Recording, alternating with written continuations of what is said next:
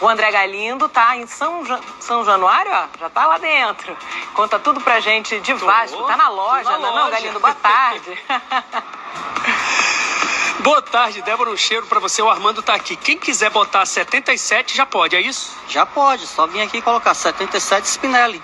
Eu não quero saber a sua idade, Débora, nem a do pessoal que acompanha o Globo Esporte, mas eu imagino que a turma 30 mais, ou de cabeça branca, vai pegar a referência do He-Man. Pelos poderes de Grayskull, eu tenho a força. Olha só como o Vasco anunciou um novo atacante argentino, um novo 77 nas redes sociais, fazendo referência ao He-Man.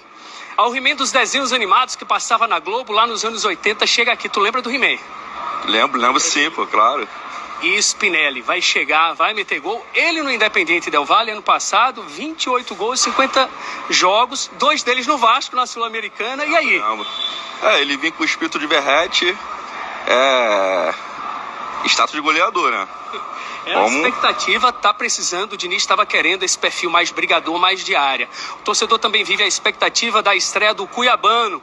Muita história no Botafogo, tá ligado ao Nottingham Forest, mas agora vem por empréstimo até dezembro, já tá regularizado, tá treinando, Débora. Ele pode aí ganhar a disputa com o Piton. Piton ou Cuiabano? Pô, Cuiabano, claro.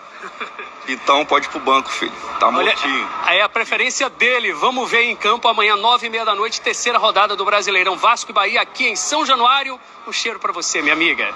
Outro pra você, Galindo. Lembro muito de He-Man, era fã, e de She-Ra também, sou dessas. O Vasco se deu bem nos últimos jogos contra o Bahia em São Januário e as lembranças felizes vêm de longa data. 4 vitórias inesquecíveis sobre o Bahia que eu já nem lembrava mais. O juiz Hélio Poço puniu a cera do goleiro do Bahia e o Vasco conseguiu o gol da vitória. Zezé Moreira ficou revoltado. Grande Léo Batista. Não é de hoje que a galera cospe marimbondo pra cima do juiz. O Zezé Moreira, técnico com mais jogos na história do Fluminense, estava no Bahia em 78. Mas, com todo respeito, nessa aí ele não estava certo não. Finalzinho de jogo, 0-0 no Maracanã e nada do Luiz Antônio, goleiro do Bahia, soltar a bola. Aí o juizão perdeu a paciência. Tiro livre indireto pro Vasco. E o Marco Antônio fez isso daí. Gol do Vasco, 44 minutos. O Bahia foi punido pela inexperiência desse goleiro. O juiz também foi protagonista em 87. Tá meio pálido realmente o José Assis de Aragão, hein? Tá se apoiando agora num dos médicos. O José de Assis Aragão passou mal e foi substituído. Aliás, ninguém estava bem na Fonte Nova. O narrador não viu o primeiro gol. Romário, chuta rasteiro! Na rede, pelo lado de fora, não. Gol do Romário. Gol de Romário, de pé direito dentro da grande área. Por via das dúvidas, o Romário fez mais 2. 3-0 Vasco, baile do Baixinho em Salvador. E nem era carnaval, hein? Romário, oportunista como sempre. Por falar em Romário, teve gol do Bebeto em 92. Eu acho que o técnico da seleção estava gostando. O Vasco já começou a temporada bem e vem crescendo de produção. Também teve o gol do Edmundo. E um do William. 3-1 pro Vasco, líder do Brasileirão. Agora uma memória mais recente. Todos os ingressos vendidos para um grande clássico do futebol brasileiro. Vasco e Bahia pela Série B de 2022. Esse jogo foi muito especial, né? Pro Figueiredo foi especial demais. Graças a essa cobrança de falta. E no treino, incrível que eu só errava o chute, né? Teve aquela falta no jogo. Nem acredito que o Nenê rolou aquela bola pra mim. E fui feliz na batida. Boas lembranças não faltam. Quem sabe o jogo de amanhã não entra nessa galeria. A gente vai ver na reportagem e na volta vai ter um personagem diferente aqui. Rodou. Embalado pela terceira vitória no Clássico com o Botafogo, o Vasco se prepara para encarar o Bahia na terceira rodada do Brasileirão em São Januário. Será a terceira partida seguida do Cruz Maltino em casa nos últimos 6 dias.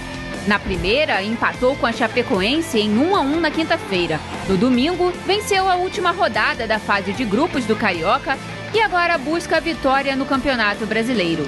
O técnico Fernando Diniz terá à sua disposição o lateral esquerdo cuiabano, que já teve seu nome regularizado no bid da CBF e já pode estrear com a camisa do Vasco. O atacante Brenner vem com ânimos renovados após ter marcado seu primeiro gol com a camisa do clube. O jogador ainda saiu aplaudido pela torcida. O retrospecto nos últimos 5 jogos entre as equipes é bastante equilibrado. 1 empate e 2 vitórias para cada lado. O time que irá a campo deve ser o mesmo que iniciou a partida contra o Botafogo. A torcida está confiante e vai comparecer mais uma vez para apoiar durante os 90 minutos, para quem sabe, no fim, celebrar a conquista dos primeiros 3 pontos no Brasileirão. Ai, tô doida pra ouvir uma guerra. Adoro. O reforço do Vasco, 6º reforço do Vasco da Gama para a temporada de 2026, uma contratação muito interessante. Inclusive é um movimento de mercado que o Vasco já está acostumado a fazer, tá? É importante lembrar que em 2020 o Vasco contrata o Germancano, atacante argentino que vinha se destacando muito na Colômbia.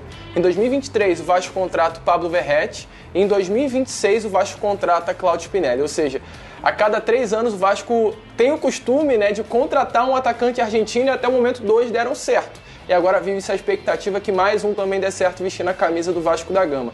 Para quem não conhece, Claudio Spinelli é um jogador de 29 anos de idade, foi vice-artilheiro do Campeonato Equatoriano no ano passado.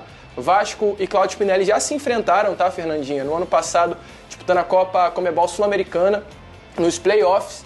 O Spinelli marcou inclusive 2 gols contra o Vasco da Gama. O Independente Del Valle passa do Cruz Maltino e o Spinelli foi um dos grandes destaques daquele jogo, marcando gol inclusive em São Januário. É um baita reforço do Vasco, um grande acerto. Tô vendo até muita gente de fora, tá, que não é torcedor do Vasco, elogiando esse movimento de mercado Cruz Maltino. E é importante lembrar, o Vasco, além do Spinelli, também tem o Brenner. Então hoje, olhando o setor ofensivo do Vasco, olhando o centroavante, o Cruz Maltino, para a temporada de 2026, o Vasco está muito bem servido nessa posição. Ele é o estilo camisa 9, clássico como o Verratti, Ou, Fernanda, ou ele é uma misturinha já? Eu digo que ele é mais parecido com o Germancano do que o Verratti. O Verratti era muito paradão, né? Um atacante mais de área mesmo.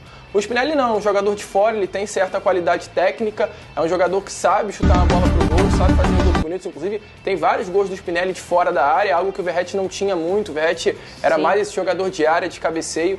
Então uma contratação, ao meu ver, muito acertada do Vasco da Gama, um movimento muito interessante aí de mercado para essa temporada de 2026. Gostei muito aí da chegada do argentino. Tá? Uma curiosidade, ele já foi treinado pelo Maradona, sabia? Na Itália. É mesmo?